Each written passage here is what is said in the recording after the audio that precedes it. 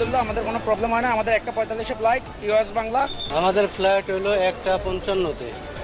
তো এখন দেখা যাক।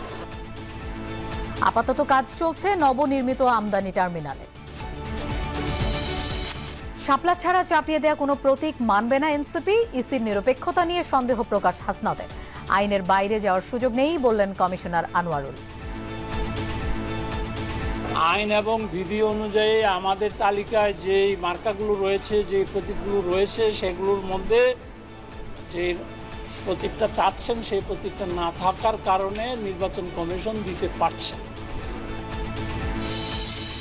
বিএনপিকে জুলাই অভ্যুত্থানের বিপরীতে দাঁড় করানোর অপচেষ্টা সফল হবে না মন্তব্য সালাউদ্দিনের।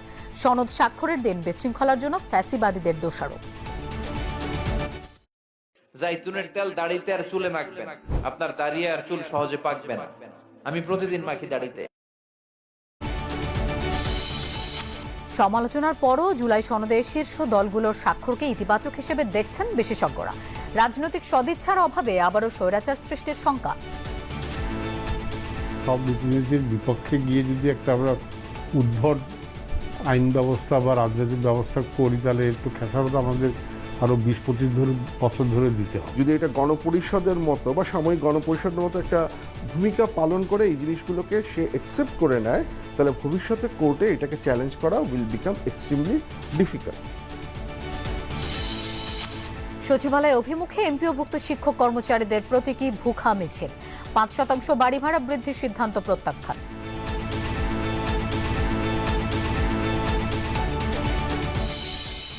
সহপাঠীকে ধর্ষণের প্রতিবাদে মিরপুরে বিইউপি শিক্ষার্থীদের বিক্ষোভ।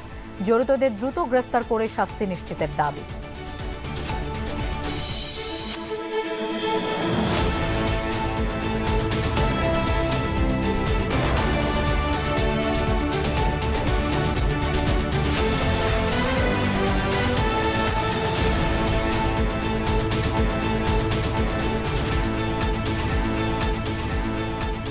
দেখছিলেন শিরোনামগুলো। এছাড়াও দেশ বিদেশের আরো খবর নিয়ে দুপুরে বাংলাদেশে আপনাদের সঙ্গে থাকছি আমি মৌসুমী আহমেদ।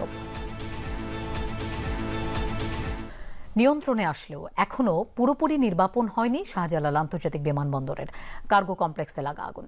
তবে এখনো অগ্নিকাণ্ডের স্থান থেকে ধোঁয়া বের হতে দেখা যাচ্ছে। সকাল থেকেই আগুন নির্বাপনে কাজ করছে ফায়ার সার্ভিসের একাধিক ইউনিট। ফায়ার সার্ভিসকে সহযোগিতায় কাজ করছেন সেনাবাহিনী, সিভিল এভিয়েশন সহ আইন প্রয়োগকারী বাহিনীর সদস্যরা। তবে বিমানবন্দরে অন্যান্য কার্যক্রম স্বাভাবিক গতিতে চলছে। আপাতত নবনির্মিত ইম্পোর্ট কার্গো টার্মিনাল ম্যানুয়ালি ব্যবহার করা হচ্ছে, আর 9 নম্বর গেট দিয়ে ডেলিভারির কাজ করছে কর্তৃপক্ষ। এদিকে অগ্নিকাণ্ডের ঘটনায় একাধিক তদন্ত কমিটি গঠন করা হয়েছে। এর মধ্যে কার্গো কমপ্লেক্সের আশেপাশে জড়ো হয়েছেন আমদানিকারকরা। এ সময় ব্যবসায়ীরা ক্ষোভ প্রকাশ করে বলেন, অগ্নিকাণ্ডের সংবাদ পাওয়ার পরপর স্বল্প সময়ে ফাস্ট সার্ভিস আসলেও আগুন নির্বাপনের জন্য সেশনের অনুমতির জন্য দীর্ঘ সময় অপেক্ষা করতে হয়। এতে অল্প সময়ের মধ্যে পুরো কমপ্লেক্সের আগুন ছড়িয়ে পড়ে। এ ঘটনায় বিপুল অঙ্কের ক্ষতির মুখে পড়েছেন বলেও জানান তারা। এদিকে দুপুরের ঘটনাস্থল পরিদর্শনে আসেন উপদেষ্টা ও বিজিএমইএ এর প্রতিনিধি দল।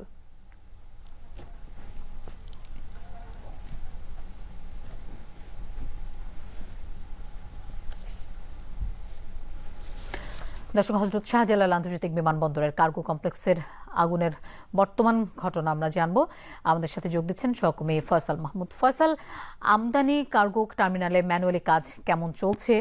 এছাড়া বাণিজ্য উপদেষ্টা এবং বিজিএম এর প্রতিনিধি দল পরিদর্শনে গিয়েছেন, তারা কি বললেন?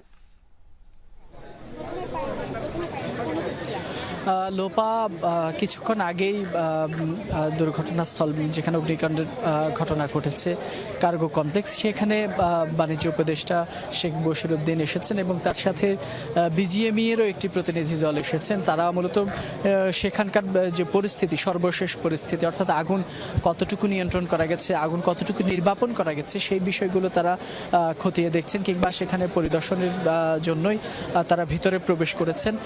তারা এসে বাহিরে সাংবাদিকরা অপেক্ষা করছে, তারা এসে হয়তো সাংবাদিকদের ব্রিফ করবেন এবং সার্বিক বিষয়ে তারা সেখানকার বিষয়াদি তুলে ধরবেন।